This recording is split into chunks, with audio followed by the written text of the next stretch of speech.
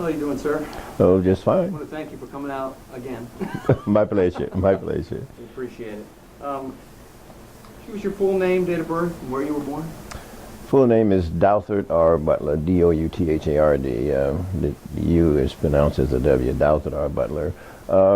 Date of birth is October the 7th, 1934, and born in a little town in Texas called Waxahachie, Waxahachie. I spell it because most people can't. Waxahachie, Texas. Where's that near? It's suburbs of Dallas. Suburbs of Dallas. Mm-hmm. How long did you live there? From birth through going to college in 51. 51. Okay, very nice. Do you have any military veterans in your family?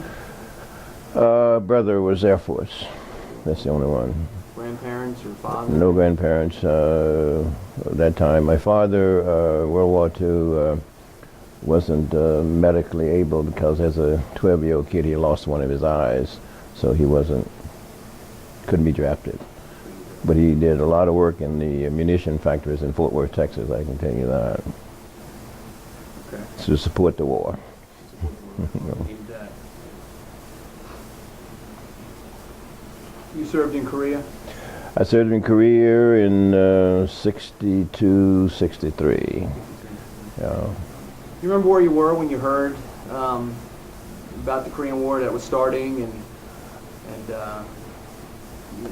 Yeah, I was just going to, I was in high school really, and I went to college in 51, and I was 16 when I got there. So when I became 18 in college, I was not draftable because I was in ROTC. That's the only thing that kept me from being drafted, because I was already in ROTC, had finished 2 years, and they said, well, we got you, we're going to get you 2 years from now. So when I finished college in 55, the Korean War was pretty much over. You're in the, what branch of service do you have? Infantry / aviation. During the time when I came in, we didn't have aviation branch. We had certain branches were designated aviation. Individuals could fly, like TC, infantry, armor, and so forth. Why did you go in the military? What made you decide? Well, when I was 5 years old, I wanted to be a pilot. That's 1939, and my father thought I was nuts. He said at that time, he says, no colored man going to be a pilot. You're out of your mind. You're going to go to college. You're going to come back here, and you're going to teach in a colored school system. And I said, that's not what I want to do. And he was not very nice about it, but we just dropped the subject. And until 47, when I was in the 10th grade, Truman integrated the armed forces, and I said, that's it. I can do it. And when I came into the Army in 55, the first thing I did was apply for flight school. I got it, and I made it. Good. So it's something you always wanted? Always wanted to do. And I always remind my young people that you must have a dream or vision. Without neither will come true. If you have a dream or vision, opportunities will come by. If you can relate that opportunity to a dream or vision, you'll grab it. If you can't, it seems to have no value until several years from then. And then you go, why did I do it back then? Where did you enter your military training? Fort Benning Infantry, yeah. Basic Infantry Officers Course. And from there? From there, I stayed there because once I got flight school, they couldn't send me anywhere, and they assigned me to a flight class. So I left. I got to Benning in August of 55. I left there in April of 56, en route to Spence Air Base in Georgia. Stayed there 3 months, and they sent me to Gary Air Force Base to finish up, and then from there I went to Fort Rucker for the tactical phase, and in November the wings. What kind of planes were you flying? Back in that time, we had very few helicopters in the Army, so primary flying was always fixed wing. The old Bird Dog L-19 just did all your basic training in that. Right. Okay. And did you have a preference of what you wanted to fly? No, once I got that, but timing is everything. I got to Fort Benning. I got to, when I left Rucker, going to Fort Hood. And this when they were what they call the reorganization of the Army, when they were bringing helicopters to the Army, and they created an Army Aviation Company for every division. And with that came helicopters. So when I got to Fort Hood in November and February, I was out of there back to Fort Rucker for helicopter training, because I was going to be assigned to the H-34s, the Choctaws. And so I went right back to helicopter school and got there in February. In June, I was back to Fort Hood and then to Germany. You remember hearing about the start of the war, what you were thinking? With the Korean War? Vietnam War? No, I didn't. It didn't really. Well, I was involved in a lot of it, because when I came out of Korea in '63, I went to the 11th Air Assault Test, and that was testing the air mobile concept. First time they ever tested the air mobile concept. We did that for 2 years, and then in April of '65, LBJ announced that the 11th Air Assault Test was becoming the first CAB division, and they would be going to Vietnam this summer. So if you see the movie, saw the movie We Were Soldiers, that's a good feel for it, because the helicopter unit in that movie was my helicopter unit, 229th. And everything you see in there, we're getting ready to go to Vietnam, all this was true. That was the first time the Army had used helicopters, if I understand it, in combat. Well, that's the first time they actually tested, actually put the air mobile concept to test in combat. And for 2 years flying down there, you pretty much knew, and we knew we were going to the Central Highlands, pretty much. And this is how I got to know Colonel Moore, who subsequently became General Moore, because he commanded at that time the 1st of the 7th. The movie We Were Soldiers only about 2 days. I didn't fly that day because very few people flew that day to support that. But after that fight, Moore got promoted to full colonel, took over the brigade, and he asked for someone from the helicopter unit to be in the field with him when he was there all the time.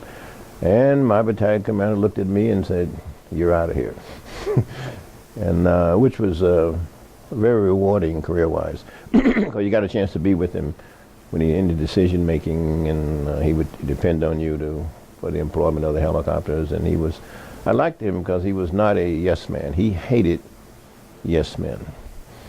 If you tell him yes, he wouldn't be around very long. He loved you to argue with him until such point of the decision. He wanted to make sure that he didn't miss anything, which was a great honor to work for him. What was the thinking, your thinking and thinking of others, other pilots, when the Army decided they were going to use the helicopters the way they did? That was the first time. Oh, we had been toying with the concept, with the little H-13s and pilling, because we had put machine guns on the H-13s and things like that.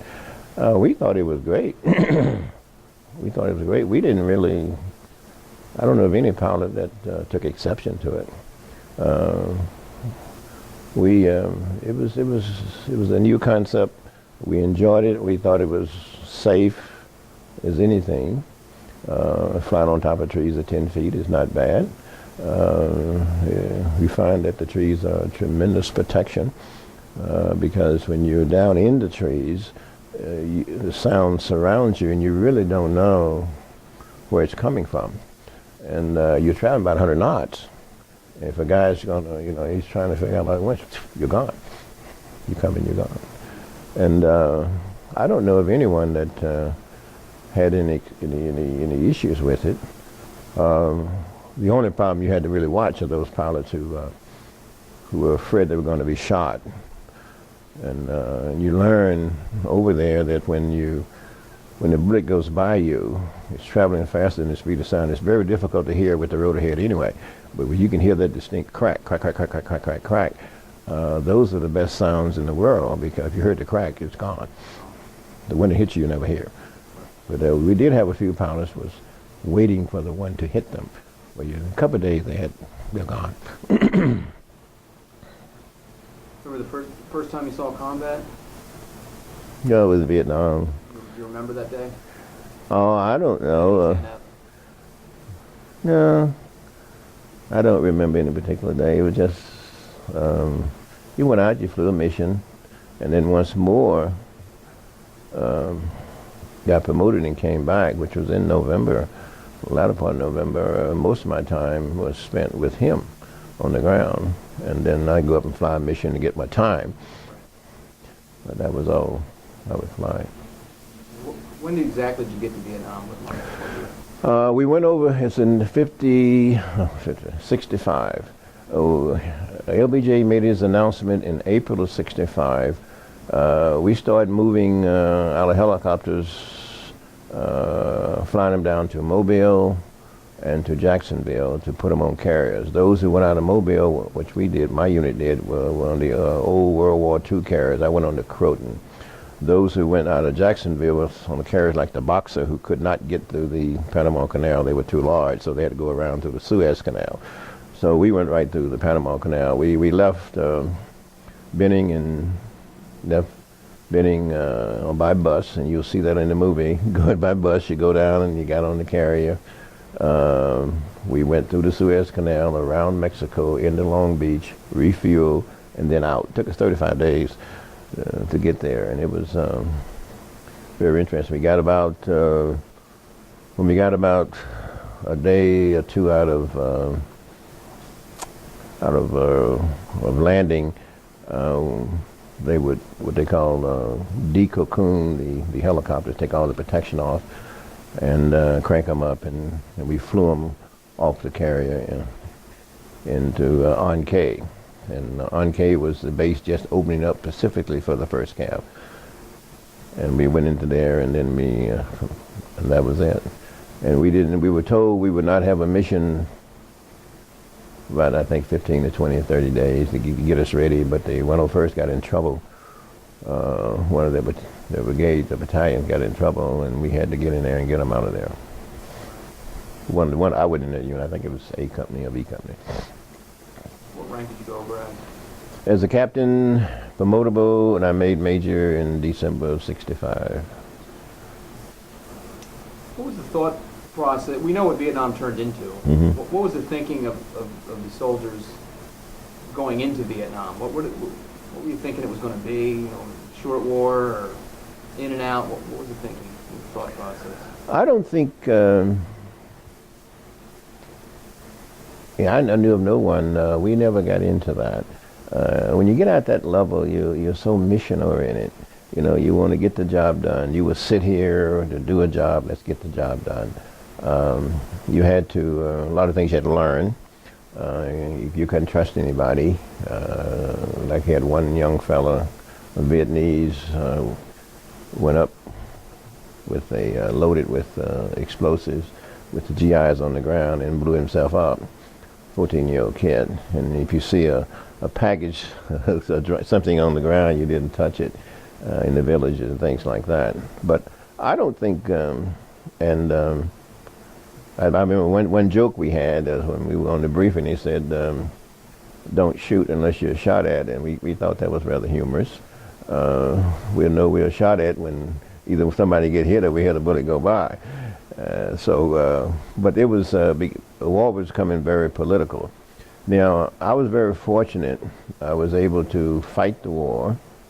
I came back to Officer Personnel Director and supported the war from a aviation personnel point of view, and I was there for the drawdown.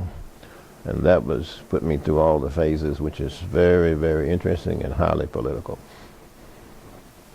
But you guys that wasn't a concern while you were there? I know of no one who we didn't appreciate, like when I got back to the Air Force Base, Travis, I think it was north of San Francisco, came into Frisco to catch a plane in uniform, and the demonstrations and the guys spitting at you and calling you a killer. And I went into Huachuca to fly Mohawks from there, and we go and fly and pick up Mohawks in New York, and we couldn't wear uniforms because you get a lot of harassment from people on airplanes. killer, you over there killing people. So we were directed to wear civilian clothes, when we travel outside the base. Did you guys know any of that was going on while you were there? Did you know what? No, over there you didn't. Over there you didn't know. You were so busy. You become survival oriented and not politically oriented. I know of no special officers, and most of them were officers I was with, and even the young soldiers on the ground were not really. They were sent there to do a job. Those who didn't really want to go, most of those either went AWOL, or they deserted, or they go overseas. Especially the kids with money would go overseas or somewhere to avoid the draft. And they also during that time frame, which I didn't realize until I went to Nome, Alaska, as the advisor to the National Guard, that all you had at that time was being a National Guard unit or reserve unit. You could serve your time there rather than. And here I am up in Nome, Alaska, basically 6 Eskimo companies and 1 Indian company, and quite a few white guys in there. You go like, whoa. But those are people who were coming up there to live in Nome, be in the Guard, and they didn't have to go to Vietnam because they were in the service. And Nome was one of the Alaska Scout Battalion was one of the few organizations in the whole United States that had openings. And that's how they avoided going legally. It wasn't anything illegal. It was legal. When you first got to Vietnam, what unit were you assigned to, and where were you? The 229th. 229th? The whole time I was there. Okay. 229th Assault Helicopter Battalion. Where were you based at? On K.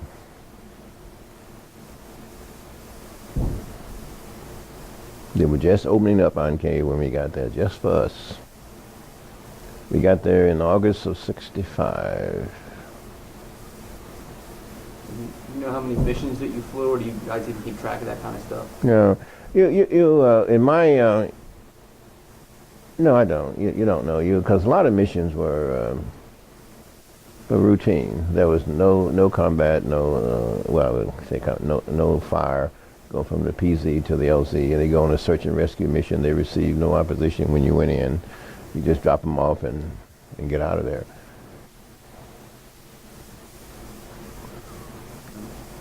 How long were you there before you were transferred? You became Colonel Moore's aide? Is that? Well, not his aide. I was not assigned to him.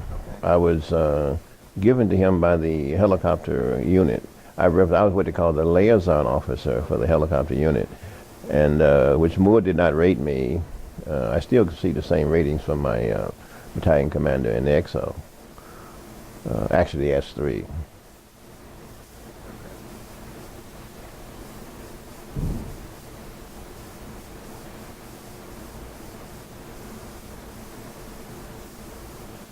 What were your duties as the liaison officer? Well, what happened is then Moore was a very interesting guy. He all the way over to Vietnam, we pretty much knew, I'm sure he knew also, that we were going into the highlands there, where he got into the fight, and the central highlands. And he studied the history of the French, in the same area the French got annihilated. He studied that all the way over. He knew the history back and forward, and you can see it in the movie. When the movie first starts, you see the French getting annihilated. There's a reason for that, because that's where they got annihilated. And then all of a sudden, after they get annihilated, here comes the helicopters, and the movie begins. If you notice so he understood the tactics of how the French got annihilated. If you notice in the movie, he'll say, when they really got hot in there, he said they're going to be coming across the dry creek bed, because that's what they did against the French. That's what they did against the French. And then in the movie, you also see where they had to bring everything in there in the end to save them. And the guys in Saigon were shaking their head because, see, Moore was commanding the 1st of the 7th Custer's unit, and they were so afraid that history was going to repeat itself. The 1st of the 7th was going to get annihilated again. But they didn't.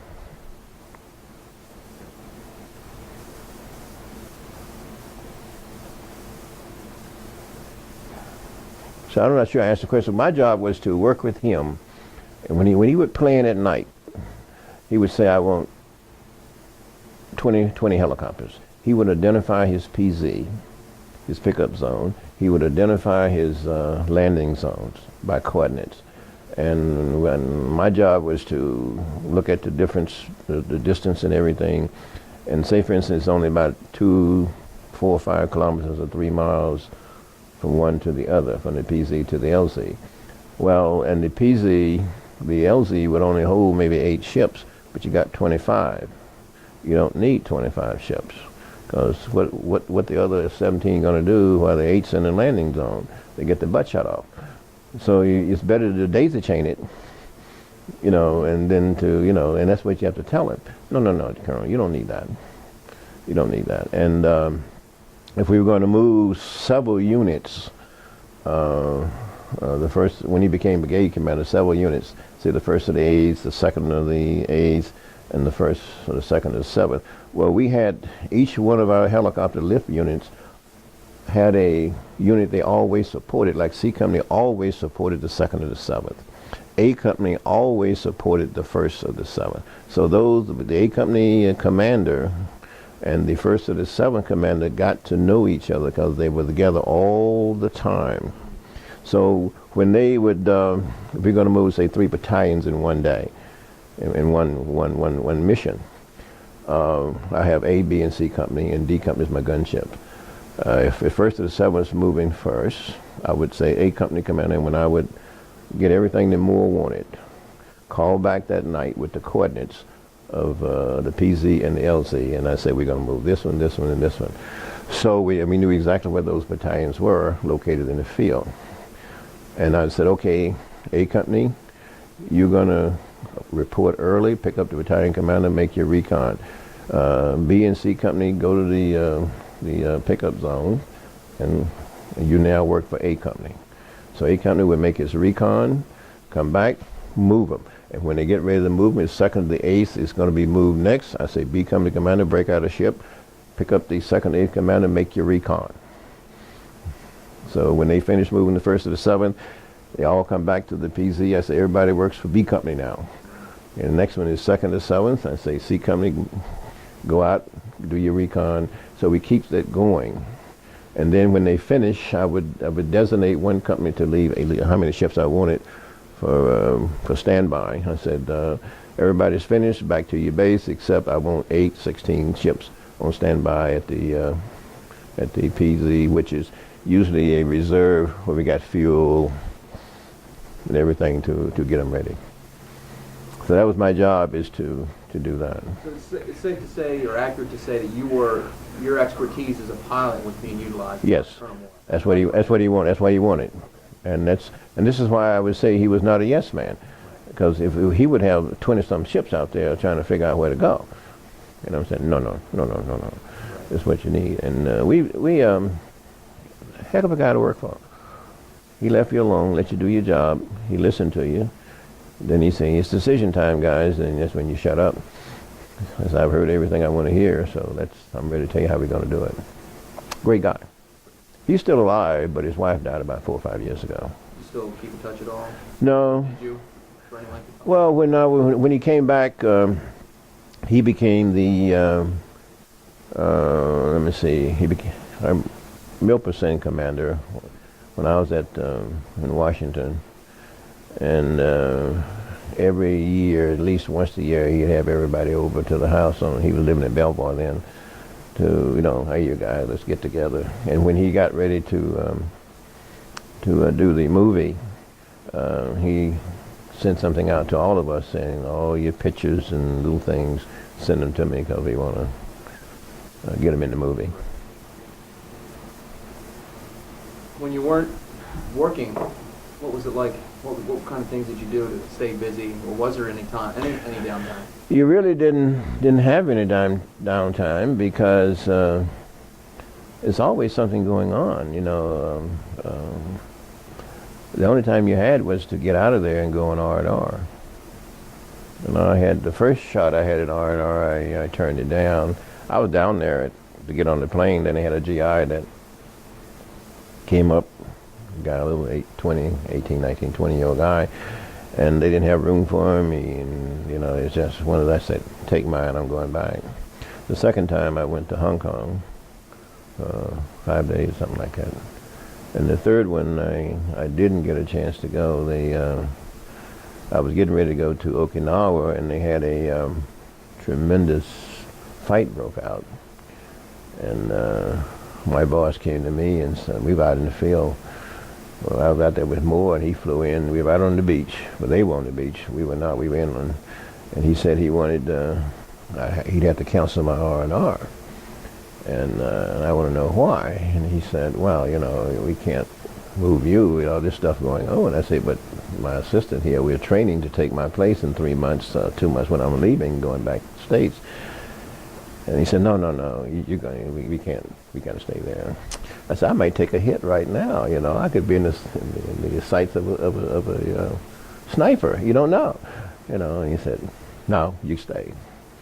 He said, what we'll do, we'll give you a day off, and we'll come in and bring you, you go down to the beach at Tuiwa. And I got very sarcastic. And I said, a beach, what would I do on the beach? He said, well, you can go out and bask in the sun. And I held my hand up and I said, I don't think I need it. And but what he was doing was making me angry, intentionally. So I could say, the heck with it, I'm out of here, I'll stay. You know, I said, I don't want to go to the beach for, you know. So just to bring me a couple of beers and I'll be satisfied. But that was the kind of humor you had over there, and it was a pretty serious fight. It's very serious. And the battalion commander was right. He said, no, with all the lives at stake here, and Moore's busy, and the snipers are getting close, even where we were out there, you get a few sniper rounds. Do you have any family back here, married or kids or anything? Oh yeah, I left my family at Prairie View A&M. I bought a house there in '62 when I went to Korea. When I came back from Korea, en route to the 11th Air Assault, I was going to move him down there until I got down there at Benning and found out that I was going to be in the field 20 to 25 days a month. That's what we did. And I said, no sense in you. So I'd get on the airplane, and when they had the old Eastern Airlines, and they let us fly half fare, then all the GIs could fly half fare and come home once a month for 4 or 5 days and then go back.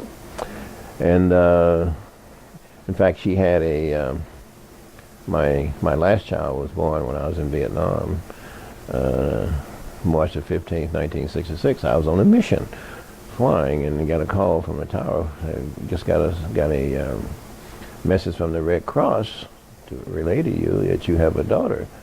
And I said, hold that thought, I'm a little busy right now. So I get on the ground, I'll talk to you guys right there. Thanks a lot, but let me get on the ground first. Yeah, I have 4 kids. Do you have any chance to communicate with them while you were over there? No, very little. My wife said that they didn't like to look at the news because they were so afraid they would see me on there the wrong way. Especially my middle daughter, she would just, when the news come on, you know, about Vietnam, she'd just go away. I imagine it, they may have had a harder time than you did because they got to see all the negativity on the news. Yeah, they did. You guys didn't see any of that. Yeah. They never talk about it. None of my children went military. They didn't want anything to do with it. I don't know. But they, so then when I got back, I went to Fort Huachuca and for a year, and then I had an option of going back to Vietnam, but since I had back-to-back tours, Korea, they said, well, you either go back to Vietnam or you go to Nome, Alaska. So I said, well, I should put it like that. I took Nome. It's good for the kids, 2 years. Kids learn a lot because there's not much up there, and they had to learn how to be extremely innovative.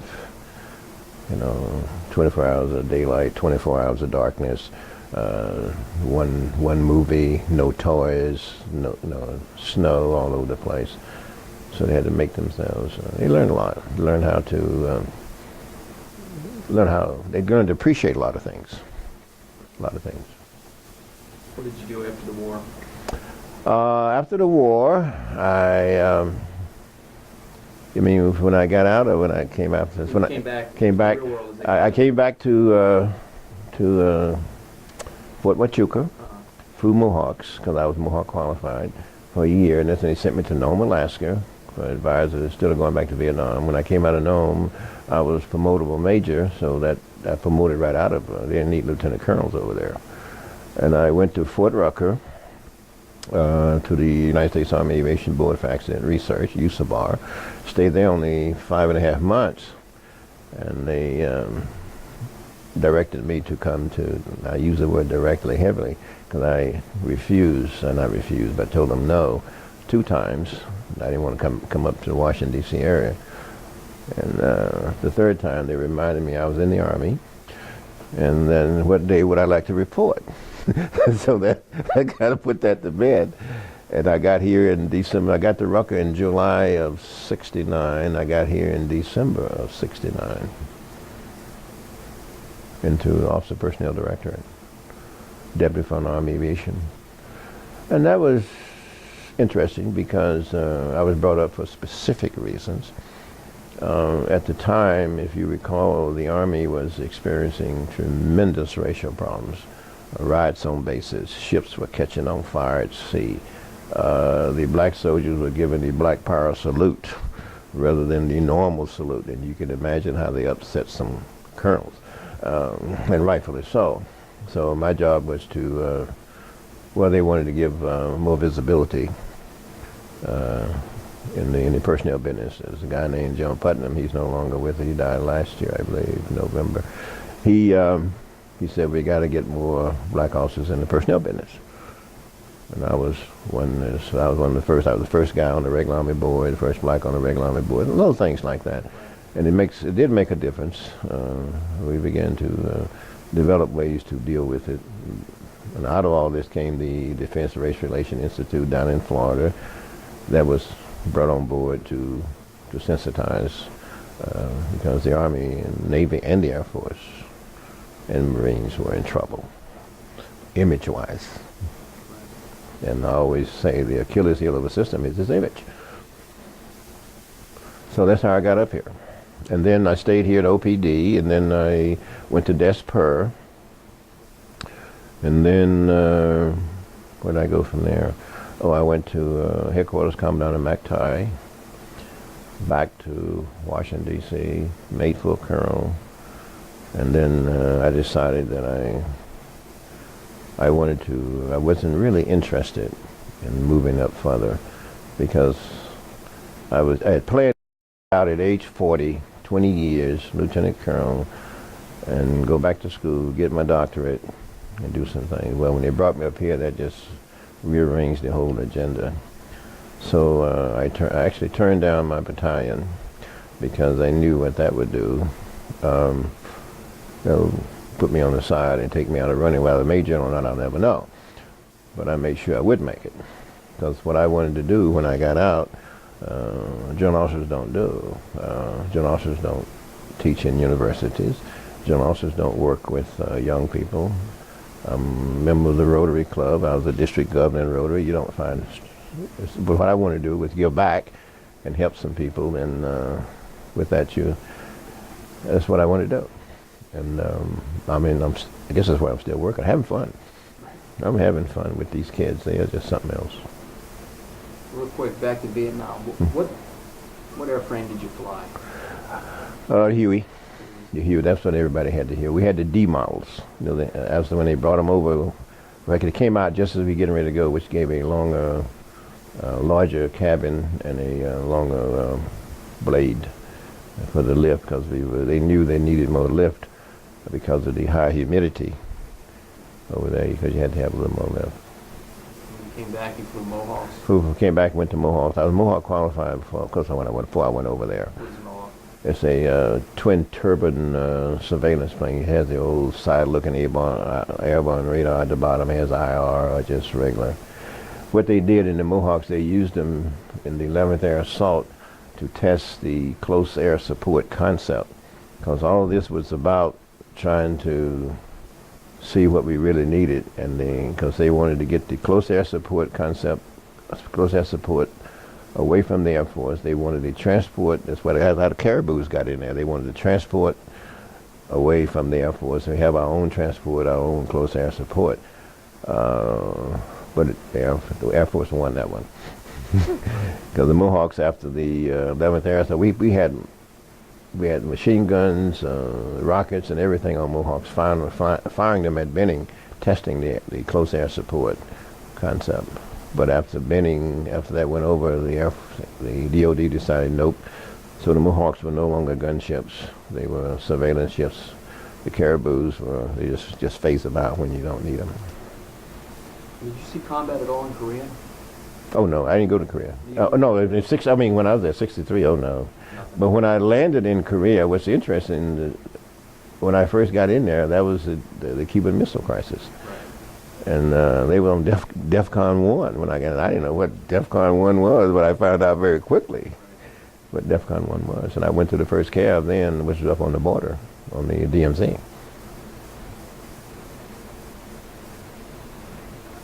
How would you, it's a tough question I think for some people to answer, how would you describe how your war experience changed you? I think the wife thinks it's great. You learn to appreciate one word now, N-O-W. Like one guy, I'll give you an example. There's a guy I'm having breakfast with. Noon he's in the body bag. And you realize that, I can walk across the street and get hit by a truck.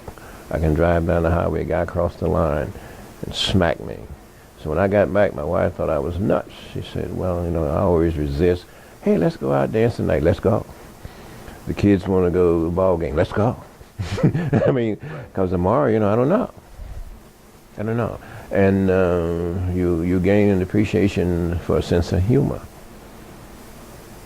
And I always tell the class, there's a sense of humor. And no matter how bad something is, a sense of humor. Look for the sense of humor. When you're getting shot at, there's a sense of humor in that.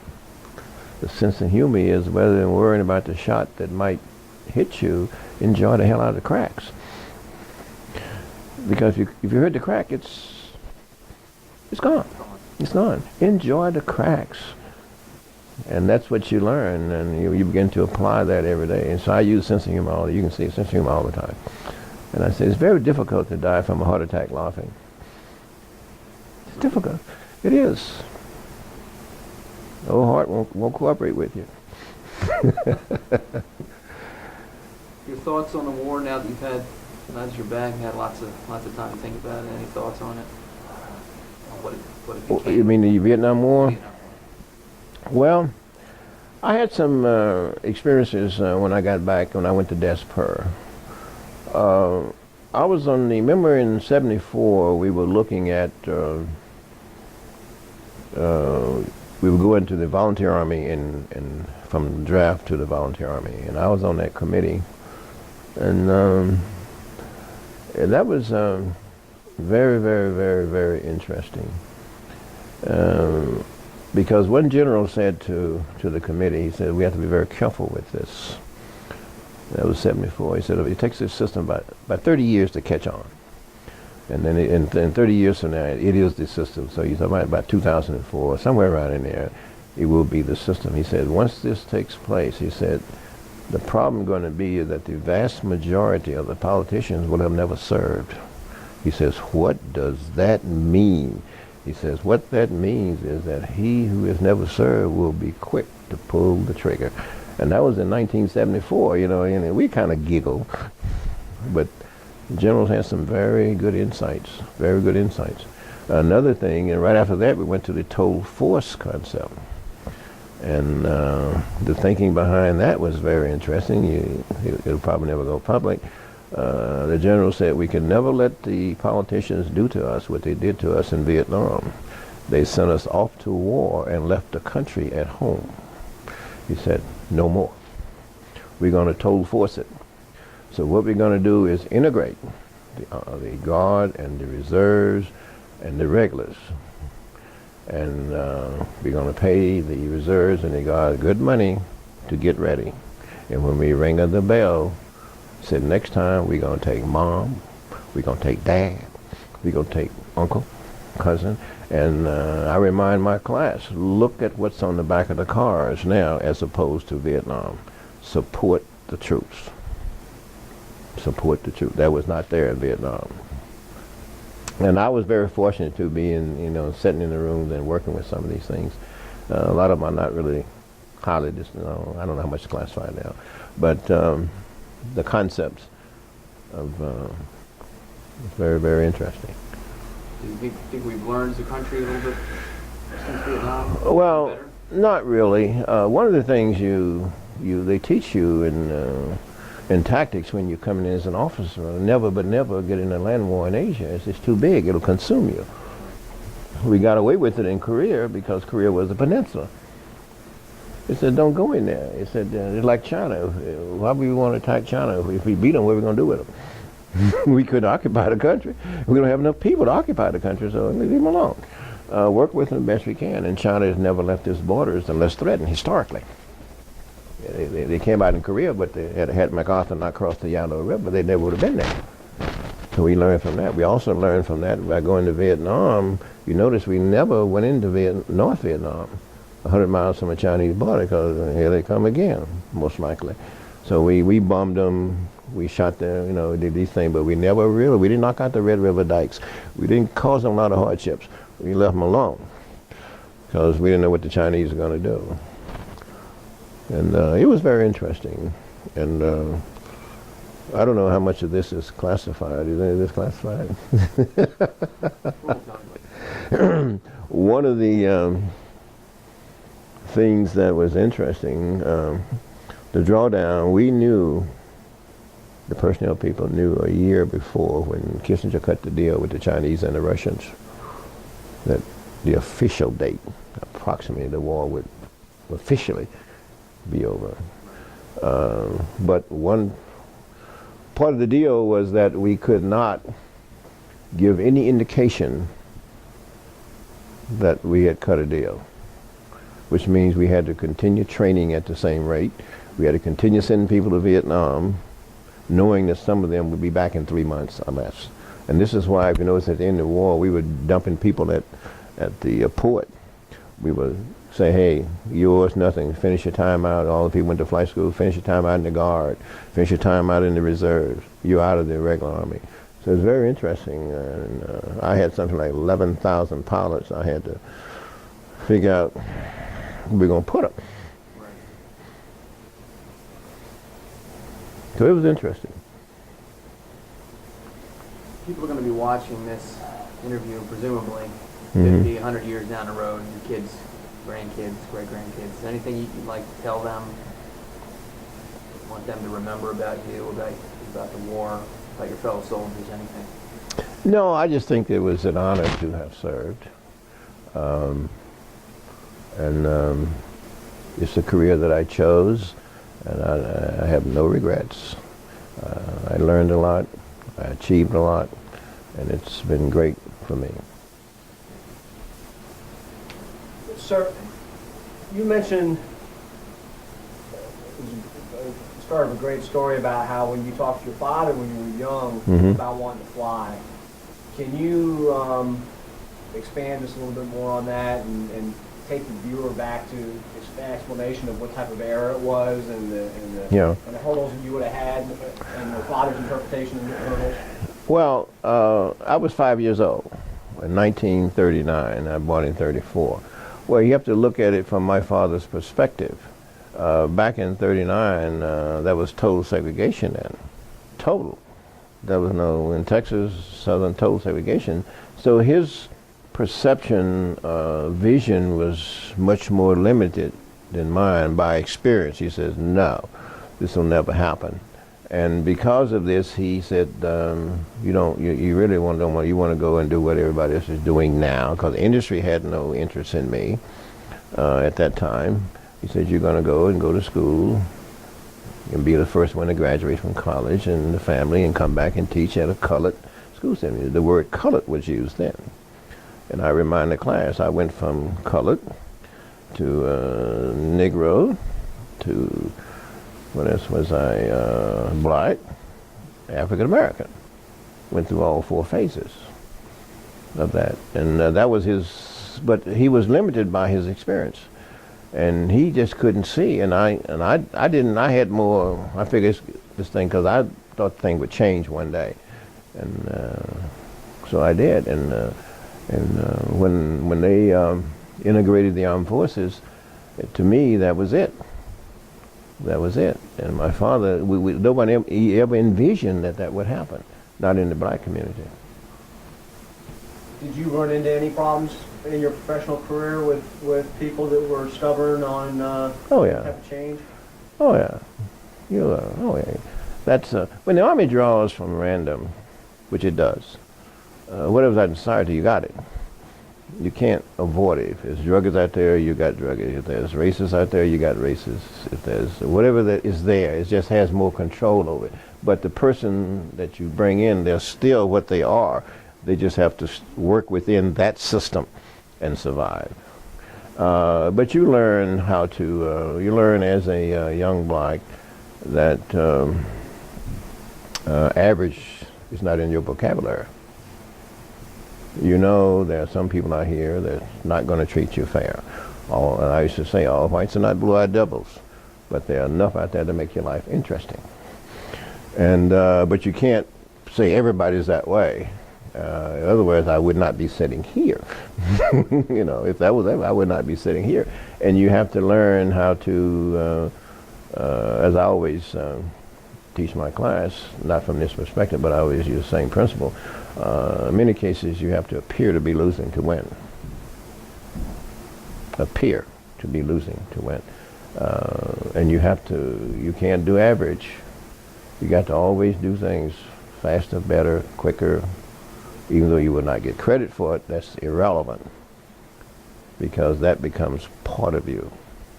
Part of you. And at some point, your excellence will win it. At some point. At some point. Yes, I'd like to expand on Greg's and ask, what was your father's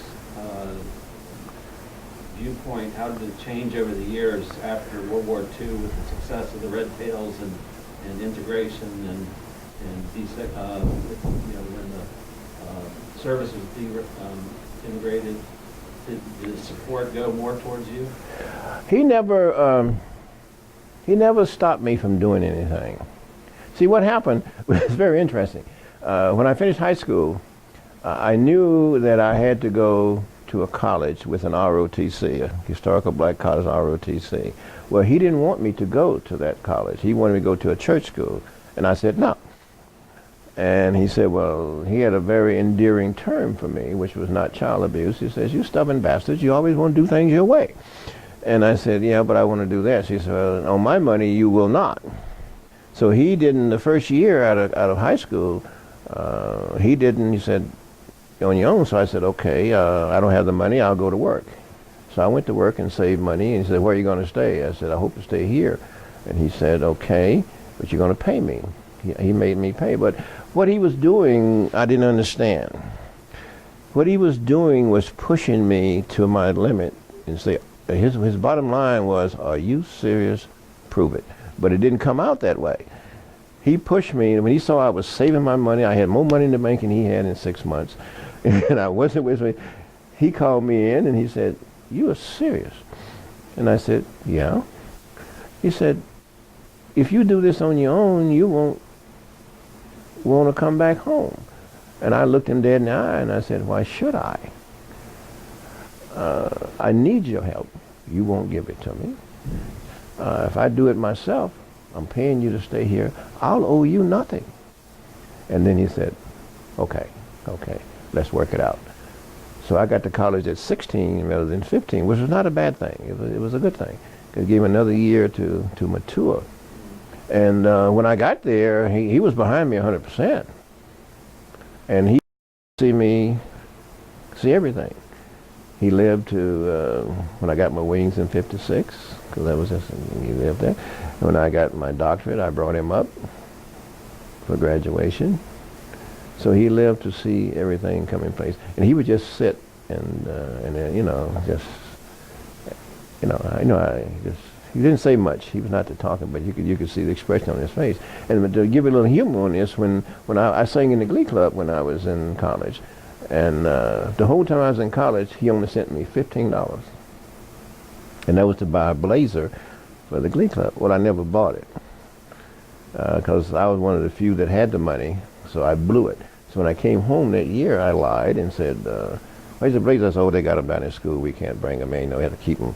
Can't use them every day. And, okay, he never said another word about it until 1993. We were sitting on the porch in my house there, and he says, you know, you never showed me that blazer. you know, and that was 40 years later. You go like, I didn't? He said, no. He just kind of smiled and went back to sleep. He knew. He knew. But no, he was extremely proud. He knew. And what he was doing was making sure that I was serious in his way. And he pushed me when he saw that this guy is going to do it, with or without me. He said, we're family, we got to remain family, let's work it out.